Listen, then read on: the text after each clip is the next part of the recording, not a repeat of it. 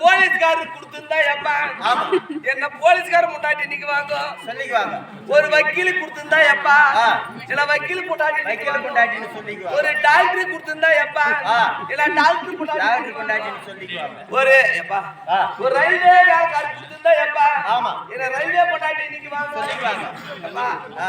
கொடுத்தது கொடுத்தியப்பா ஆமா ரோடு வாரம் பஞ்சர் போடுறவன கொடுத்தே எப்பா நல்லா இருந்தான் எப்பா வீதியில நடந்து வந்தா எப்பா ஆமா பென்சில் வந்துருச்சு ஆமா அவன் வெண்டிங் பெஞ்சர் போடுறதுனால பெஞ்சர் கொண்டாடி எனக்கு கேவலமா பேசுறாங்கப்பா ஆமா பென்சர் காரணம் கூட தேவடியா பையன் நல்லா வசினுக்கு வந்தம்மா கொடுத்தான். நானும் அப்படிதான் போய் இவன் குடிச்சு போட்டு ஓடிக்குவான்னு தெரியல எங்க வீட்டுக்கார பண்ற டார்ச்சர் இல்ல பொம்பளைங்கெல்லாம் போய் வேலை செய்யறோம் நாங்க ஆமா என்ன கேட்டியா என்ன வேலைண்ணா சுய பூஜை குழு